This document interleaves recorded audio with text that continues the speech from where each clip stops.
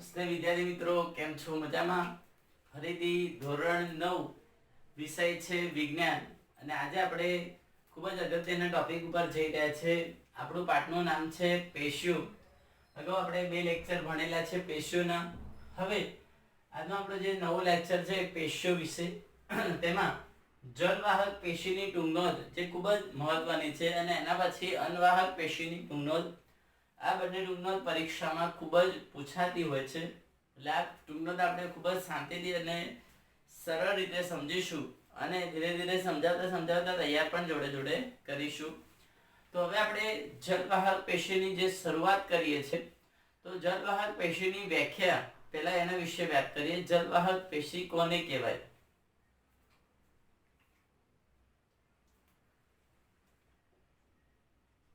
તો જલવાહક પેશીની જે વ્યાખ્યા છે એમ કહી શકાય કે જે ખોરાક અને જે આપણે ખનિજ દ્રવ્યો છે જેને આપણે ખોરાક કહીએ છીએ અને પાણીનું વહન કરાવતી જે જટિલ સ્થાયી પેશી છે.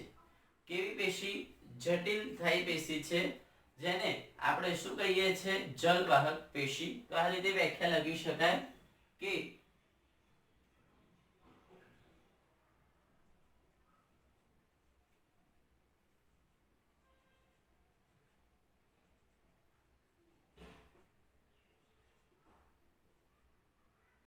હવે પાણી અને ખનિજ દ્રવ્યોનું વહન જે વનસ્પતિમાં થાય છે,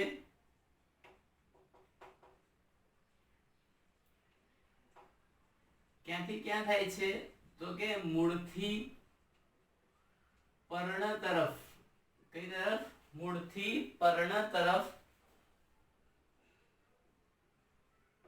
વહન કરાવતી જટિલ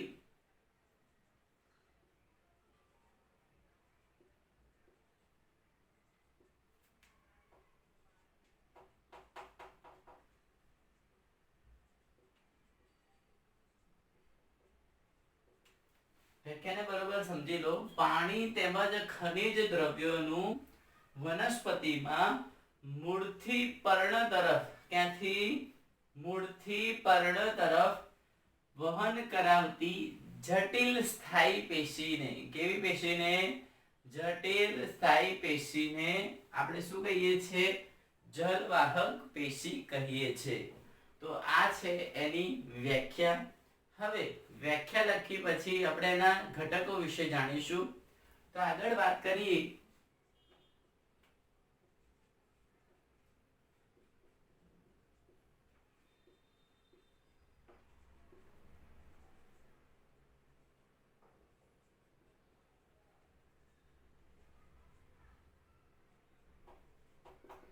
એની 4 ઘટક પેશીઓ છે.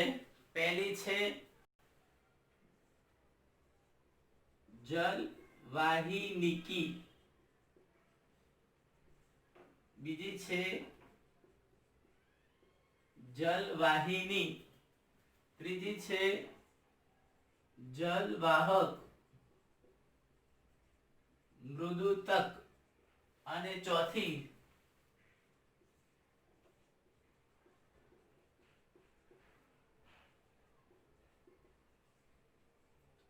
જલવાહક તંતુઓ.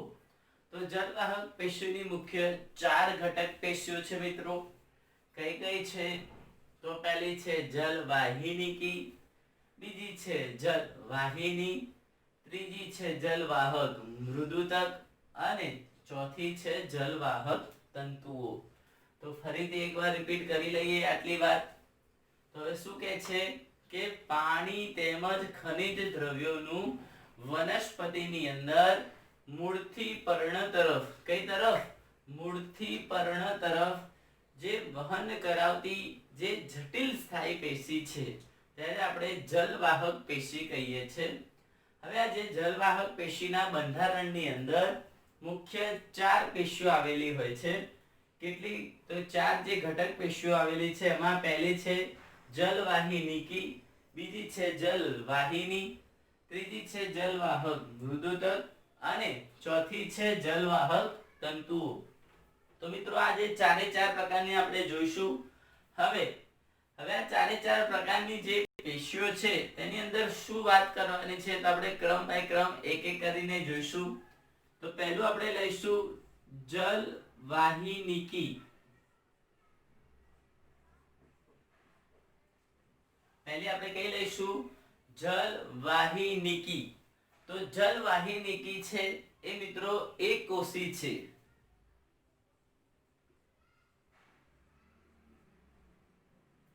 કેવી હોય છે? એક જ કોષ કેન્દ્ર ધરાવતી હોય છે, એટલે કે એક કોષી જોવા મળે છે. જલ વાહિનીકીની વાત છે, યાદ રાખજો. કેવી છે? એક કોષી છે, તેમજ નળાકાર જોવા મળે છે. એકોષી, નળાકાર, તેમજ તેની દિવાલ પર, એની જે દિવાલ છે ત્યાં દિવાલ પર લિંગીલીનું સ્થૂલન જોવા મળે છે. એટલે કે જાડી દિવાલ ધરાવતા જોવા મળે છે. એટલે જાડી દિવાલ ધરાવતા હોવાને લીધે તેઓ મૃત કોષો ધરાવતા હોય છે. તો એવું લખી શકાય કે તેની દિવાલ પર લિંગીનીની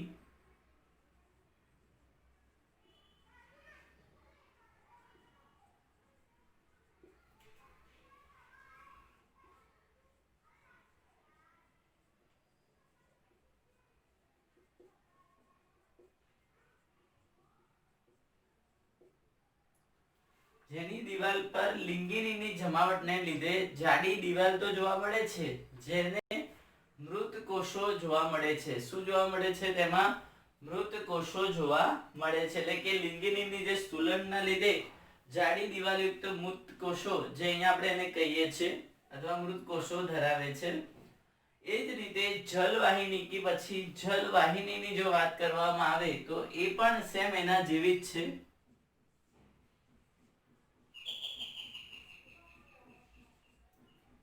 તો જલવાહિની કેવી છે? તો તે બહુકોષી છે. કેવી છે? બહુકોષી. હવે એક કોષી અને બહુકોષીનો ફરક અહીંયા પડે છે. જલવાહિની એકોષી છે, જ્યારે જલવાહિની કેવી છે? બહુકોષી છે. તે નળાકાર જોવા મળે છે. કેવી છે? નળાકાર છે. અને તે જ રીતે તેની દિવાલ પર શું જોવા મળે છે? લિંગીનીની જમાવટ, જે જાડી દિવાલ ધરાવતા મૃત કોષો ધરાવે છે.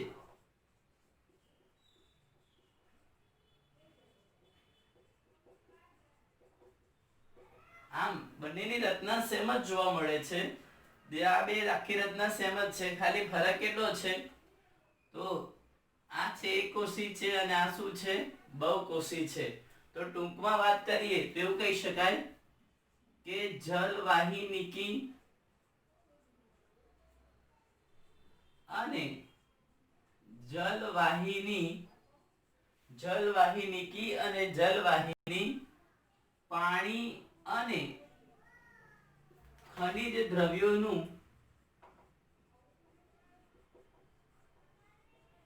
વહન કરે છે. શું કરે છે? જલવાહિની અને જનવાહિની પાણી અને ખનિજ દ્રવ્યોનું વહન કરે છે. તો મિત્રો આપણે બે ભાગ જોયા છે, જલવાહિની અને જલવાહિની. હવે આપણે જોઈશું જલવાહક મૃદુતક અને જલવાહક તંતુ. તો તેના પહેલા આપણે એકવાર સરસ રીતે લખી લઈએ અને એકવાર તૈયાર કરી લઈએ, ત્યાર પછી આપણે એને આગળ વધીશું. તો અહીંયા તમે ફરીથી એકવાર રિપીટ કરીએ તો આખું જ એકવાર ફરીથી રિપીટ થશે, પછી આપણે એને ભૂસીને આગળના ભાગ લખવાના છે. એટલા માટે તો જે પાણી અને ખનિજ દ્રવ્યનું વહન કરાવે છે એવી જટિલ સ્થાયી પેશીને આપણે શું કહીએ છીએ? જલવાહક પેશી. તેના ચાર ઘટકો છે: જલવાહિનીકી, જલવાહિની, જલવાહક મૃદુતક, જલવાહક તંતુ.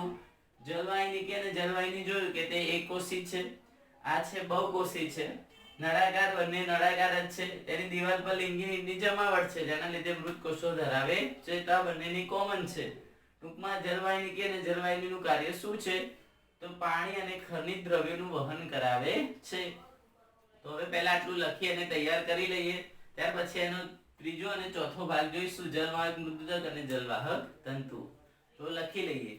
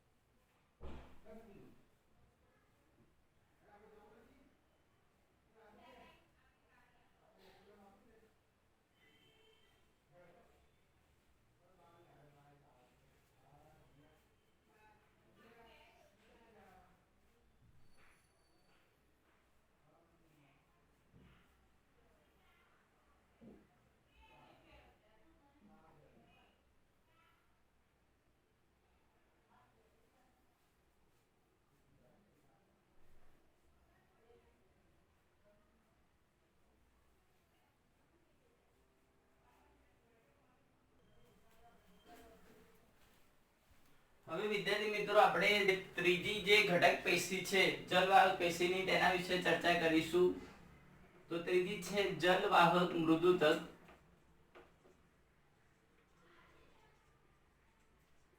અને ચોથી છે જલવાહક તંતુઓ. તો જલવાહક મૃદુતકની જો વાત કરવામાં આવે તો એવું કહી શકાય છે કે જલવાહક મૃદુતક એકમાત્ર જીવંત ઘટક પેશી તરીકે ઓળખાય છે. તો એવું કહી શકાય કે જલવાહક મૃદુતક છે એક જીવંત ઘટક પેશી છે. કેવી છે? એકમાત્ર જીવંત ઘટક પેશી છે. અને આ જે જલવાહક મૃદુતકનું કાર્ય શું છે, તો એ કાર્ય શું કરતા હોય છે જલવાહક મૃદુતક? તો જલવાહક મૃદુતક છે એ આપણે પાણી અને ખનિજ દ્રવ્યો તો વહન કરાવીએ છીએ, તો તે ખોરાકનું સંગ્રહ કરવાનું કામ કરે છે. શું કરે છે? ખોરાકનો સંગ્રહ. તો અહીંયા ખાસ યાદ રાખવાનું, તે ખોરાકનો સંગ્રહ કરવાનું કાર્ય કરે છે.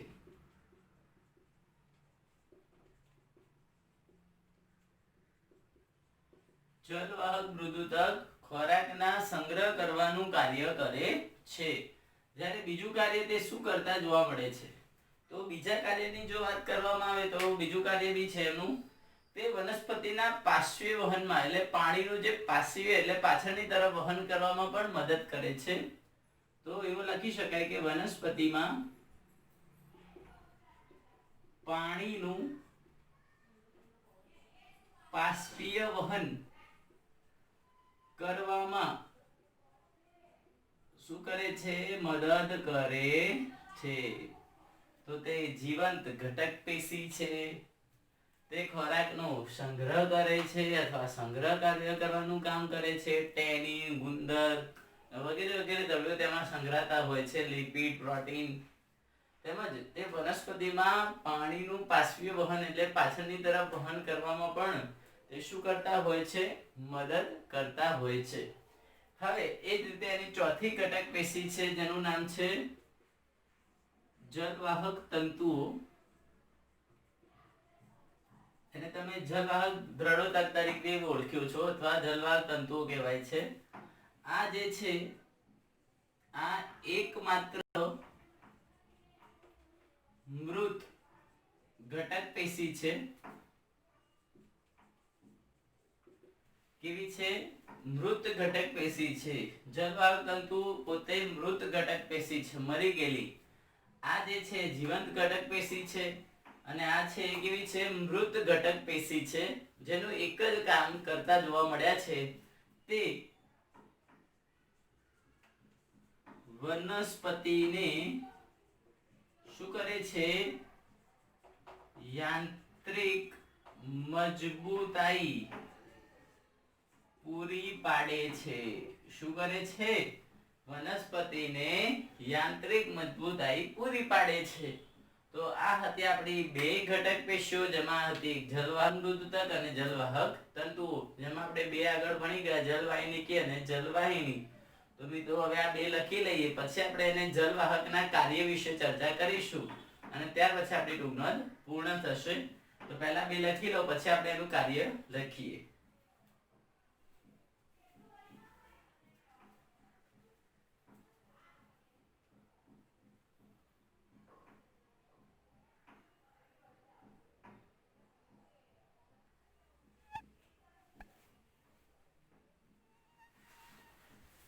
હવે વિદ્યાર્થી મિત્રો આપણે છેલ્લો જે આપણી જલવાહક પેશીની ટૂંક નોંધની અંદર છેલ્લો પોઈન્ટ છે એનું કાર્ય. તો કાર્ય વિશે ચર્ચા કરીએ તો કાર્ય શું છે? તો અહીંયા તેઓ ત્રણ કાર્ય કરતા જોવા મળે છે. પહેલું તો કે જલવાહક પેશી છે તે પાણી અને ક્ષારોનું મૂળથી પ્રકાંડ તેમજ પર્ણ તરફ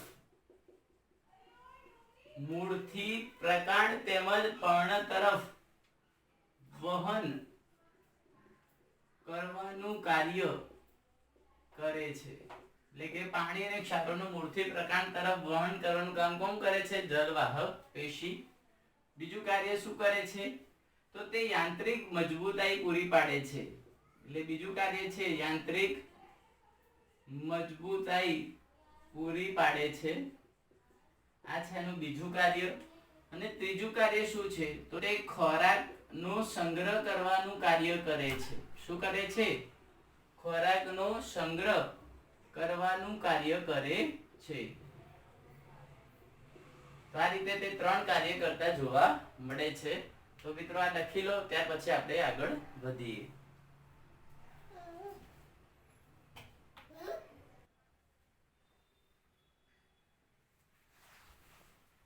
હવે વિદ્યાર્થી મિત્રો, આપણે જલવાહક પેશીની ટૂંકનોંધ ભણી ગયા પછી એના પછી પણ હજી ખૂબ જ ઇમ્પોર્ટન્ટ ટૂંકનોંધ છે અનવાહક પેશીની ટૂંકનોંધ. તો આજે જલવાહક અને અનવાહક પેશીની ટૂંકનોંધમાંથી કોઈ પણ એક ટૂંકનોંધ પરીક્ષામાં પૂછાતી હોય છે. તો હવે આપણે અનવાહક પેશી વિશે અભ્યાસ કરીશું કે અનવાહક પેશી કોને કહેવાય અથવા એની જે વ્યાખ્યા છે, રચના છે અને કાર્ય વિશે ચર્ચા કરીશું. તો જલવાહક પેશી કરતા ખૂબ જ નાની ટૂંકનોંધ છે અને ખૂબ જ સહેલી ટૂંકનોંધ પણ કહેવાય છે. એટલે આપણે જોઈશું અનવાહક પેશી.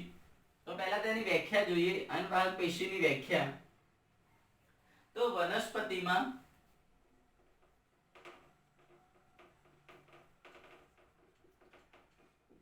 પર્ણથી વિવિધ અંગો તરફ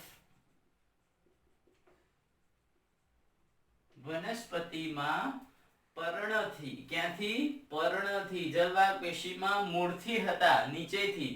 હવે આમાં ક્યાંથી આવશે? પર્ણથી વિવિધ અંગો તરફ, એટલે ઉપરથી નીચે તરફ આવશે. ખોરાકના દ્રવ્યોનું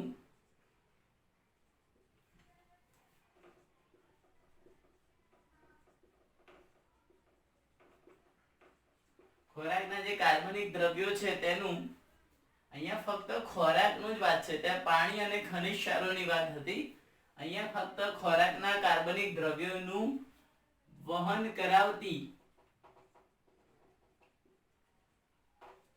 જટિલ સ્થાયી પેશીને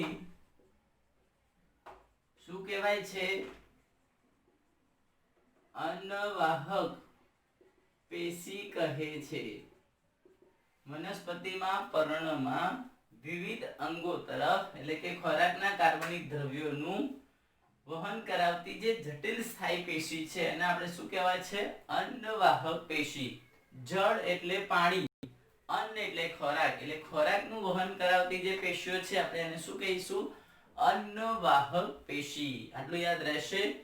તો આટલું યાદ રહી ગયા પછી આપણે એની રચના વિશે થોડો અભ્યાસ કરવાનો છે. તો વ્યાખ્યા સમજાઈ ગઈ હશે કે ભાઈ કાર્બનિક દ્રવ્યનું વહન કરાવતી પેશી એટલે શું કહેવાય છે? અનવાહક પેશી. તો ચલો મિત્રો, હવે આપણે એની રચના વિશે જાણીએ.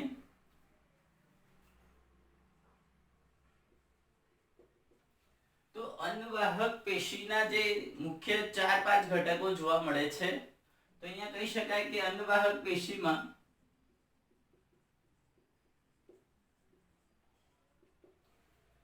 ચાલની કોષો,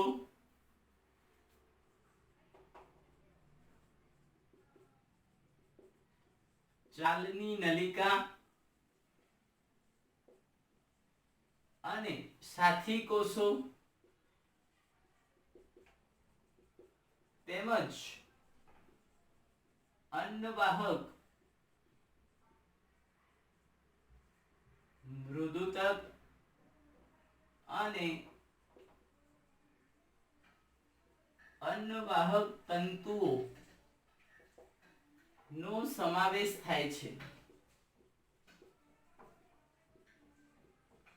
અનવાહક પેશીમાં ચાલની કોષો, ચાલની નલિકા, સાથી કોષો, અન્નવાહક મૃદુતક અને અન્નવાહક તંતુઓનો શું થાય છે? સમાવેશ થાય છે. તો અહીંયા આપણે આટલી પેશીઓને ખાસ ધ્યાનમાં આપણે લેવાનું છે. તો આટલી વસ્તુને ધ્યાનમાં લીધા પછી હવે આપણે આગળ જે રજૂઆત છે તે વિશે થોડી વાત કરીએ. તો એવું કહેવાય છે કે જે ચાલની કોષો છે, ચાલની કોષો એક કોષી હોય છે. ચાલની કોષો કેવા હોય છે? એક કોષી હોય છે. એનો મતલબ કે એક કોષ કેન્દ્ર ધરાવતા જોવા મળતા હશે.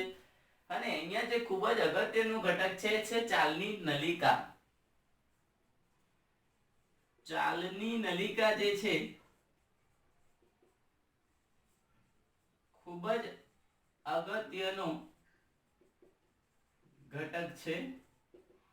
તેની અનુપ્રસ્થ દિવાલ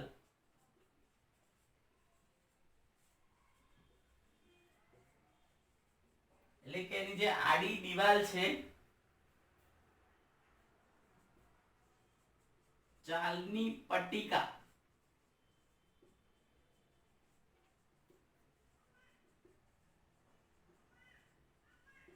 આ પોઈન્ટ ખાસ યાદ રાખવાનો છે કે ચાલની નલિકા ખૂબ જ અગત્યનો ઘટક છે અન્નવાહક પેશીનો. એની જે અનુપ્રસ્થ દિવાલ છે એટલે એની જે દિવાલને આડી છેદ કહેવાય છે તેમાં આપણે એને ચાલની પટ્ટિકા તરીકે ઓળખાયો છે. કોના તરીકે ઓળખાઈએ છીએ? ચાલની પટ્ટિકા તરીકે અહીંયા ઓળખવામાં આવે છે. તો ચાલની કોષો કેવા છે? એકોષી છે. ચાલની નલિકા ખૂબ જ અગત્યનો ઘટક છે. તેની અનુપ્રસ્થ દિવાલ છે એને આપણે શું કહીએ છીએ? ચાલની પટ્ટિકા. ત્યાર પછી અહીં અન્નવાહક તંતુ છે એકમાત્ર કેવો છે? તો અહીંયા અન્નવાહક તંતુ છે એકમાત્ર મૃત ઘટક તરીકે ઓળખાયો છે. તો અહીંયા અન્નવાહક તંતુની જો વાત કરીએ તો તે કેવા છે? તો કે મૃત ઘટક છે.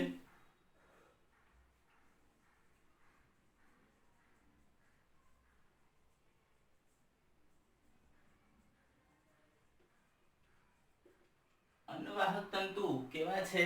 મૃત ઘટક છે. તો તેના સિવાયના શું? તો તેના સિવાયના બધા છે એ કેવા છે? જીવંત છે. તો અન્નવાહક તંતુ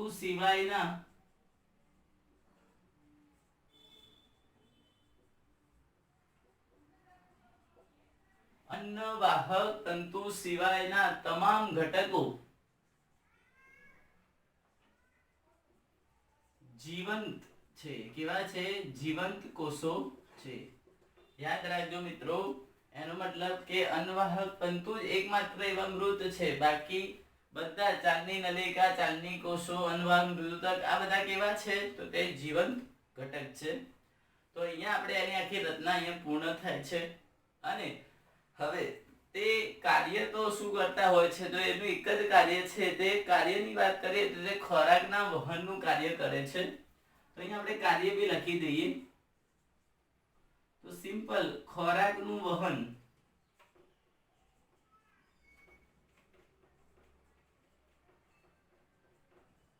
તે શું કરે છે? ખોરાકનું વહનનું કાર્ય કરે છે. એક જ કાર્ય છે, બીજું કશું કાર્ય નથી. નામ જ છે અન્નવાહક પેશી. તો અન્નવાહક પેશીનું કાર્ય શું હોઈ શકે? તો અન્નવાહક પેશીનું કાર્ય એક જ હોઈ શકે, ખોરાકનું વહન કરાવવું. તો અહીંયા આપણું જે બે ટુકડો અહીંયા પૂર્ણ થાય છે. તો અન્નવાહક પેશીને ફરીથી એકવાર રિપીટ કરી લઈએ, ત્યાર પછી તમને લખવાને મોઢે કરવા આપીશું. અથવા તો આપણે એક કામ કરીએ, તમે એકવાર સરસ રીતે લખી લો, ત્યાર પછી ફરીથી હું આને આખી રિપીટ કરું છું અને તમને પરફેક્ટ યાદ રાખવાનો પ્રયત્ન કરીશું. કારણ કે આજે આપણે બે ટુકડો ભણવાની હતી, જલવાહક પેશી અને અન્નવાહક પેશી. એકવાર સરસ રીતે લખીને તૈયાર કરો, ત્યાર પછી આપણે રિપીટ કરીએ. બરોબર?